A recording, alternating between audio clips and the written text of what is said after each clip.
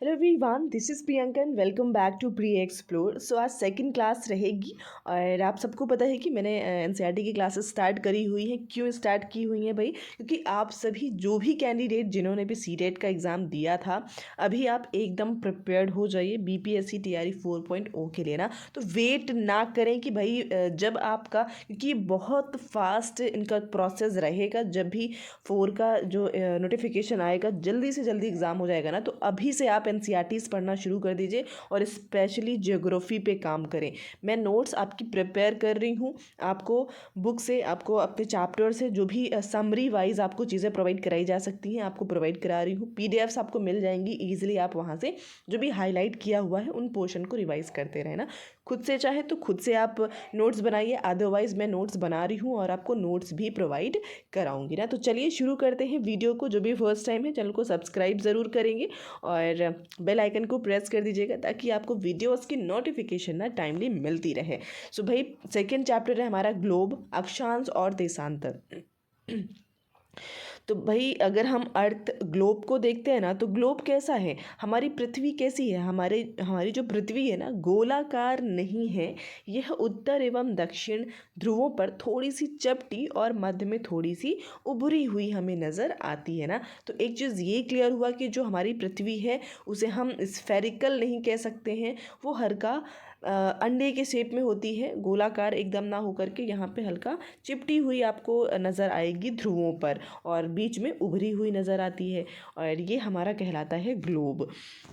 अब दूसरा important fact क्या है, इस तरह से मैं आपको हाईलाइट करके दे दूंगी ना, तो चीज़ें आपके लिए बेहतर रहेंगी और रिवीजन भी आप इजीली यहाँ पे कर पाओगे ना। और जैसे कि आपने ऊपर जो सुई देखी ना, जो कि ध्रुवों से होकर के निकल रही है, जिसे अक्ष कहा जाता है, और ग्लोब पर भी दो बिंदु जिनसे होकर के ये गुजरती है, उत्तर तथा दक्षिण ध्रुव, वो कहलाते हैं जो लास्ट पॉइंट्स होते हैं ना। और आपको ये भी पता होना चाहिए कि जो अक्ष है, ये सुई है, ये वास्तविक नहीं है, ये सिर्फ और सिर्फ एज्यूम किया गया है, इमेजिन किया गया है, ताकि और यह अपने अक्ष पर चारों ओर घूमती है, जो कि एक काल्पनिक रेखा होती है। तो ये आप समझ पाए होंगे, ये जो सुई यहाँ से यहाँ इस तरह से एंटर हुई है, इस तरह से इसको हम कह सकते हैं। सो भाई आगे देखते हैं। और एक और काल्पनिक रेखा भी ग्लोब में आपको ग्लोब है, लाइक हमारी जो अर्थ है उसको दो बराबर भागों में बांटती है ना। और वो कौन सी काल्पनिक रेखा है, तो उसे कहते हैं विषुवत वृत्त। विषुवत वृत्त जो है हमारी अर्थ को कम्प्लीटली, ये एक अक्षांश रेखा हो जाएगी। दूसरी चीज़ क्या है कि ये अर्थ को दो बराबर भागों में डिवाइड कर देती है। ठीक है, पृथ्वी के ऊपर में स्थित आधे भाग को उत्तरी गोलार्ध कह दिया जाता है और दक्षिण वाले भाग को दक्षिणी गोलार्ध कह देते हैं। और एक विषुवत वृत्त से ध्रुवों तक स्थित सभी समानांतर वृत्तों को अक्षांश रेखाएं कहा जाता है, जो कि एक दूसरे के समांतर होती हैं, पैरेलल होती है ना। जैसे कि ये आप देख पा रहे हो, इन्हें ही कहा जाएगा अक्षांश, जो कि एक वृत्तीय फॉर्मेशन में आपको नज़र आती हैं और सब एक दूसरे के समांतर होती हैं, यानी कि पैरेलल होती है। इनके बीच का जो डिस्टेंस है वो हर जगह पे इक्वल होता है। और अगली चीज़ क्या है कि भाई विषुवत वृत्त शून्य अंश अक्षांश को दर्शाती है, यानी कि जो मेन वाली होगी, जो डॉटेड लाइन आप देख पा रहे हो, ये कितने डिग्री पर होती है, तो 0 डिग्री पर ये आपको नज़र आएगी। और दोनों तरफ ध्रुवों के बीच की दूरी पृथ्वी के चारों ओर के वृत्त का 1/4 होता है। अतः इसका अगर हम मापन करें भाई, वृत्त अगर हम कंप्लीट एंगल की बात करते हैं तो 360 डिग्री का होता है ना, 360 डिग्री का होता है। और दोनों ध्रुवों के बीच की दूरी की अगर हम बात करते हैं तो 1/4 होता है। तो ये 1/4 का मतलब हो जाएगा 90 डिग्री। अभी जो ध्रुव होते हैं ना, ये 90 डिग्री पर हो जाते हैं। आपके जो ये ध्रुव है, उत्तरी ध्रुव हो या दक्षिणी ध्रुव हो, ये 90 डिग्री पर होते हैं।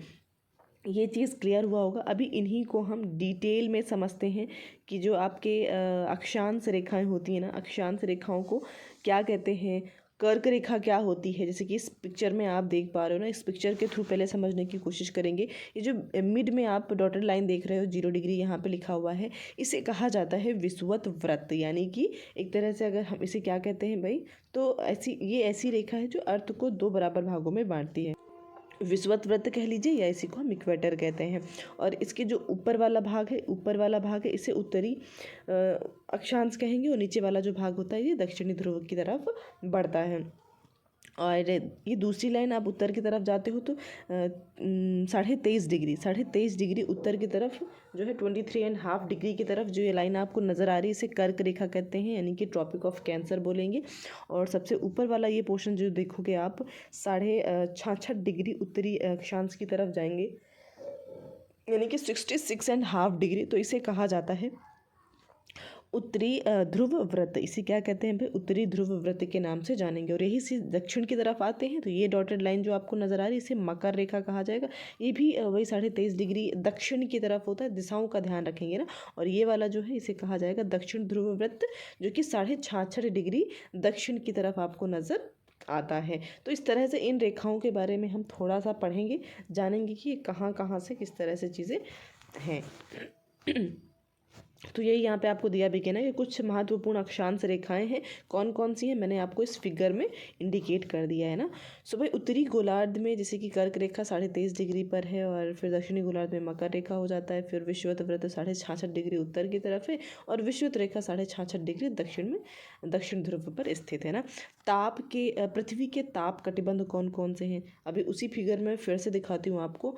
और पहला है आपका उष्ण कटिबंध। उष्ण कटिबंध क्या होता है? कर्क रेखा व मकर रेखा के बीच के सभी अक्षांशों पर सूर्य वर्ष में एक बार दोपहर में सिर के ठीक ऊपर होता है, इसीलिए इस क्षेत्र में सबसे अधिक ऊष्मा प्राप्त होती है तथा इसे उष्ण कटिबंध कहा जाता है।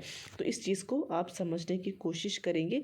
जैसे कि ये वाला पोर्शन, ग्रीन वाला पोर्शन आप पूरा देख पा रहे हो ना, तो ये लाइक उष्ण कटिबंध वाला जो पोर्शन है पूरा ये कहलाता है मकर रेखा, और ये कर्क रेखा, और बीच में आपकी विषुवत रेखा होती है ना। तो इस वाले क्षेत्र में जो गर्मी का जो माहौल है वो थोड़ा सा ज़्यादा रहता है, यहाँ पे हीटनेस थोड़ा सा ज़्यादा रहती है। क्यों और कैसे, ये मैंने आपको बताया अभी। कर्क रेखा को हमने देखा, लाइक यहाँ पे इस उष्ण कटिबंध कहेंगे। कर्क रेखा तथा मकर रेखा के बाद किसी भी अक्षांश पर दोपहर का सूर्य कभी भी सिर के ऊपर नहीं होता है, यानी कि इन्हीं दोनों के बीच में ही जब सूर्य की जो किरणें हैं वो डायरेक्टली सर पे हमारे पड़ती हैं। ध्रुव की तरफ सूर्य की किरणें तिरछी हो जाती हैं। इस प्रकार उत्तरी गोलार्ध में कर्क रेखा एवं उत्तरी ध्रुव व्रत एवं दक्षिणी गोलार्ध में मकर रेखा एवं दक्षिणी ध्रुव व्रत के बीच व्रतों के क्षेत्र का तापमान मध्यम रहता है, इसलिए इसे शीतोष्ण कटिबंध कहा जाता है ना। तो शीतोष्ण कटिबंध वाला पोर्शन देखिएगा। अब शीतोष्ण कटिबंध यानी कि ये कर्क रेखा और आप देखोगे उत्तरी ध्रुव के बीच का जो माहौल है ना, ये हल्का रेडिश कलर में देख पा रहे हो, इसे उत्तरी शीतोष्ण कटिबंध कहा जाता है। क्योंकि यहाँ पे कभी भी लाइक इसके अलावा, इस पोर्शन के अलावा कभी भी सूर्य जो है, सूर्य की किरणें लंबवत नहीं पड़ती, यानी कि सर के ऊपर एकदम सीधे सिधाई पे नहीं होती है ना। और यहाँ पे थोड़ा सा ठंडक का माहौल होगा। सेम चीज़ यहाँ पर भी आपको वो माहौल देखने को मिलेगा ना, दक्षिणी ध्रुव व्रत और मकर रेखा के बीच में। और ये आपके पोल्स होते हैं, ध्रुव होते हैं, तो इनके बारे में भी अभी समझते हैं कि यहाँ का माहौल कैसा होता है ना। ये तो पूरा का पूरा फ्रिजिड जोन होता है, यानी कि शीत कटिबंध इसे कहा जाता है ना। उत्तरी गोलार्ध में उत्तर ध्रुव व्रत और उत्तरी ध्रुव तथा दक्षिणी गोलार्ध में दक्षिण ध्रुव व्रत और दक्षिण ध्रुव के बीच के क्षेत्र में ठंडक बहुत होती है, क्योंकि यहाँ सूर्य की क्षितिज से ज़्यादा ऊपर नहीं आ पाता है, इसलिए यहाँ पे शीत कटिबंध होता है, यानी कि एकदम बर्फ़ जमी हुई होती है यहाँ पे। अब एक चीज़ हमने पढ़ ली अक्षांश रेखाएं, अभी देशांतर रेखाओं के बारे में हमें चीज़ें समझनी है। जैसे कि ये पिक्चर में आप देख पा रहे हो ना, देशांतर रेखाएं कुछ इस तरह से आपको नज़र आती हैं। ठीक है, ये सारी ही देशांतर रेखाएं हैं। अब इनकी क्यों ज़रूरत पड़ी हमें? तो भाई अक्षांश रेखाएं जो होती है ना, वो किसी भी जगह की एकदम एग्जैक्ट लोकेशन पता करने में थोड़ा सा दिक्कत हो सकती है ना। अगर आप एग्जैक्टली जानना चाहते हो कि वो जगह कहाँ पर सिचुएटेड है, तो उसके लिए आपको देशांतर रेखाओं की भी ज़रूरत होती है। ठीक है, तो देशांतर रेखाएँ आप किस तरह से पता कर पाओगे? तो भाई होता क्या है ना, पिक्चर में आपने देख लिया कि देशांतर रेखाएँ कैसी और कहाँ पर होती हैं। तो भाई अक्षांश समांतर रेखाओं से भिन्न सभी देशांतर यामियोत्तर की लंबाई समान होती है, इसलिए इन्हें सिर्फ मुख्य संख्याओं में व्यक्त करना कठिन होता है। तब सभी देशों ने निश्चय लिया कि जो ग्रीनविच है, जहां ब्रिटिश राजकीय वेधशाला स्थित है, से गुजरने वाली यामियोत्तर से पूर्व और पश्चिम की ओर गिनती शुरू की जाए। इस यामियोत्तर को प्रमुख यामियोत्तर कहा जाता है। इसका जो मान है 0 डिग्री देशांतर होता है तथा यहाँ से हम 180 डिग्री पूर्व या 180 डिग्री पश्चिम तक एक तरह से गणना करते हैं, यानी कि काउंट करते हैं ना। तो इस फिगर में अगर आप देखोगे ना तो जो मेडिटेरियन एक तरीके से मिड यहाँ पे जो रेखा है आपकी प्रमुख याम्योत्तर, ये वाली डॉटेड लाइन हो जाती है जो कि एक सीधी लाइन होगी, 0 डिग्री पे रहती है ये, और ये भी क्या करती है, अर्थ को 2 बराबर हिस्सों में कट करती है ना। इस तरफ जाओगे तो पूर्वी की तरफ है और ये जाओगे तो पश्चिम की तरफ हो जाता है। और ये समझ लिया है और आगे बढ़ते हैं। ये मैप है, मैप में आपको दिखाया गया है कि टाइम जोन के बेसिस पे ना कि कहाँ पे कौन सा टाइम जोन है। ये देशांतर रेखाएं जो होती है ना, इससे हम डिसाइड क्या करते हैं, तो ये एक तरह से टाइम डिसाइड करने में हमें हेल्प करता है ना। जैसे कि ये जो मैंने बताया था ग्रीनविच लाइन ये है, ये और ये यूरोप का जगह है ना, इंग्लैंड में ही एक जगह है जिसका नाम है ग्रीनविच, और यहाँ से हो करके गुजरती है, इस वजह से इस लाइन का जो नाम है ना वो ग्रीनविच ही रख दिया गया था। तो इस तरह से ये चीज़ें हो जाती हैं और इसके बेसिस पे ही ये टाइम डिसाइड होता है हर एक जगह का। ठीक है, इस तरफ जो जगह पड़ती हैं वहाँ का जो टाइम होता है, यानी कि अगर जो मान लीजिए यहाँ पे दोपहर के 12 बज रहे हैं तो यहाँ पे टाइम हमेशा क्या रहेगा, प्लस करना पड़ेगा। और इस तरफ की बात करेंगे तो ये हमेशा जो ग्रीनविच लाइन है इससे टाइम जो हमेशा रहेगा वो पीछे रहेगा, यहाँ का फाइंड आउट करने के लिए हमें माइनस करना पड़ता है। तो इस तरह से ये चीज़ें हो जाती हैं। आगे का देखते हैं, देशांतर और समय। जैसे कि मैंने बताया कि देशांतर रेखाओं का इस्तेमाल मेनली एक तरह से किसी भी जगह का टाइम डिसाइड करने के लिए किया जाता है। जैसे कि अगर हम देखते हैं यहाँ पर, यहाँ पे लिखा हुआ है कि ग्रीनविच पर स्थित प्रमुख याम्योत्तर पर सूर्य जिस समय आकाश के सबसे ऊंचे बिंदु पर होगा उस समय याम्योत्तर पर स्थित सभी स्थानों पर दोपहर होता है। यानी कि जो मिड देशांतर रेखा है ना आपकी, वहाँ पे जब सूर्य एकदम सिर के ऊपर होता है या फिर एकदम आकाश में होता है ना, और उस वक्त वहाँ पे दोपहर का समय हो रहा होता है। क्योंकि पृथ्वी जो है पश्चिम से पूर्व की ओर चक्कर लगाती है। ठीक है, पश्चिम से पूर्व की ओर कुछ इस तरह से क्लॉकवाइज चक्कर लगाती है।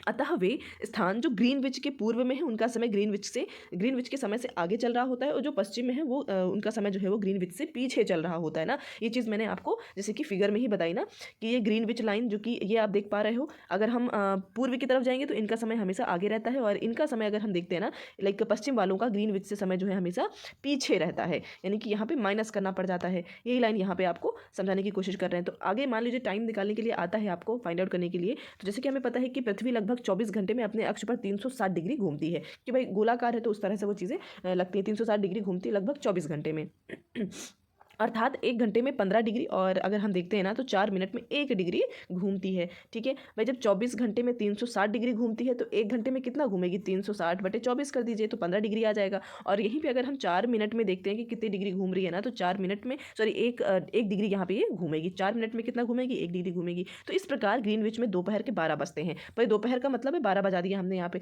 और तब ग्रीनविच से 15 डिग्री पूर्व कितना समय होगा भाई, जब 1 डिग्री में 4 मिनट में 1 डिग्री घूम रही है ना, तो 15 डिग्री पूर्व में घूमने का मतलब क्या है, 4 से मल्टीप्लाई कर देंगे 15 में, तो 15 चौको 60 मिनट। यानी कि ओवरऑल अगर यहाँ पे दोपहर के 12 बजे हुए ग्रीनविच पे, तो पूर्व की तरफ 60 मिनट और आगे बढ़ा दीजिए। 60 मिनट मतलब 1 घंटा, यानी कि वहाँ पे 1 बज रहा होगा। और यही सेम चीज़ अगर हम पश्चिम की तरफ देखते हैं ना, तो पश्चिम की तरफ क्या हो जाएगा, 1 घंटा पीछे की तरफ चला जाएगा। तो 1 घंटा जोड़ने की बजाय वहाँ पे घटा देंगे, यानी कि वहाँ पे 11 बज रहा होगा, सुबह के 11 बज रहे होंगे। इसी प्रकार जब ग्रीनविच पर दोपहर के 12 बजे होंगे उस समय 180 डिग्री पर मध्य रात्रि होगी। 180 डिग्री पर क्या हो जाएगा, वहाँ पे रात के मध्य रात्रि, यानी कि वही रात के 12 बजे हुए वहाँ पे मिलने वाले हैं। तो इस तरह से समय जो है डिसाइड किया जाता है। आप समझ गए होंगे कि ये मान लीजिए ग्रीनविच लाइन है, तो पूर्व की तरफ वक्त हमेशा बढ़ेगा, प्लस किया जाएगा, और इधर जाओगे आप तो हमेशा टाइम माइनस होता है। और हम मानक समय क्यों मानते हैं ना, आखिर किसी भी समय का मानक समय क्यों रखते हैं भाई, अलग अलग याम्योत्तर पर स्थित स्थानों के स्थानीय समय में अंतर होता है। उदाहरण के लिए बहुत से देशांतरों से होकर गुजरने वाली रेलगाड़ियों के समय सारणी तैयार करना कठिन होगा ना। भारत में गुजरात के द्वारका और असम के डिब्रूगढ़ के स्थानीय समय में लगभग 1 घंटा 45 मिनट का अंतर देखने को मिलता है। सिर्फ अगर भारत में ही आप देखिए ना, तो इधर असम का जो डिब्रूगढ़ है और इधर आपका गुजरात का द्वारका, यहीं के टाइम में अगर हम कंपेयर करते हैं ना, तो 1 घंटे 45 मिनट का डिफरेंस देखने को मिलता है। और ये रीज़न क्या है, तो देशांतर रेखाओं के कारण ही ऐसा होता है। इसलिए यह आवश्यक है कि देश के मध्य भाग से होकर के गुजरने वाली किसी याम्योत्तर के स्थानीय समय से देश का मानक समय डिसाइड कर लिया जाए या मान लिया जाए। इस याम्योत्तर रेखा के स्थानीय समय को पूरे देश का मानक समय माना जाता है, जो भी वहाँ की मेडिटेरियन होगी, मिड से गुजरने वाली देशांतर रेखा होती है। भारत में 82.5 डिग्री पूर्व को मानक याम्योत्तर माना गया है। जैसे कि ये वाली आप लाइन देख पा रहे हो ना, 82.5 डिग्री पूर्व की तरफ ये जो याम्योत्तर है, इसको भारत का मानक याम्योत्तर माना गया है। इस याम्योत्तर के स्थानीय समय को पूरे देश का मानक समय माना जाता है। इसे भारतीय मानक समय के नाम से भी जाना जाता है। तो इस तरह से ये चीज़ें हो जाती हैं। और भारत एवं इंग्लैंड के बीच क्रिकेट मैच लंदन में 2 बजे अपराह्न में शुरू होगा, अर्थात भारत के समय अनुसार मैच 7:30 बजे होगा। अगर हम भाई देखिए, इंग्लैंड की बात हो रही थी, लंदन की बात हो रही थी, लंदन में दोपहर के 2 बजे हुए हैं और इंडिया में वही समय 7:30 बजे हो जाएगा, देर रात्रि में समाप्त होगा। क्या आप जानते हैं कि भारत एवं इंग्लैंड के बीच में क्या समय का अंतर है?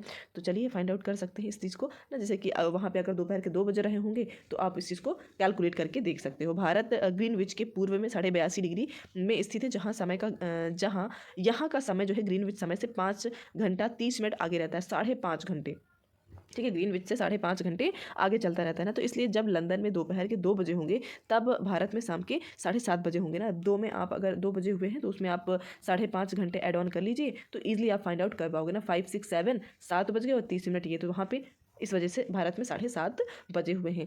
और उदाहरण के लिए भाई रसिया में 11 मानक समयों को अपनाया गया है, 11 मानक समय वहाँ पे अपनाए गए हैं और पृथ्वी को एक एक घंटे वाले 24 समय क्षेत्रों में बांटा गया है। इस प्रकार प्रत्येक समय क्षेत्र 15 डिग्री देशांतर तक के क्षेत्र को घेरता है। ठीक है, सो ओवरऑल ये समय कैसे डिसाइड करते हैं, किस तरह से समय फाइंड आउट करते हैं, इस तरह के क्वेश्चन आपसे पूछे जा सकते हैं और पूछे भी जाते हैं। तो ये आपको समझ में आ गया होगा। और इसके बाद एनसीईआरटी के क्वेश्चन आंसर दिए गए हैं, आप चाहें तो बिल्कुल करें, इनको सॉल्व करके करना चाहिए मेरे ख्याल से, और चीज़ें आपको आएंगी ही। सो ये पीडीएफ्स वगैरह आपको सभी टेलीग्राम पे प्रोवाइड करा दी जाएंगी। सो आज के लिए इतना ही रखते हैं, मिलते हैं नेक्स्ट सेशन में अलग नेक्स्ट चैप्टर के साथ में। फर्स्ट टाइम है चैनल को सब्सक्राइब जरूर करेंगे ना। Thank you so much everyone.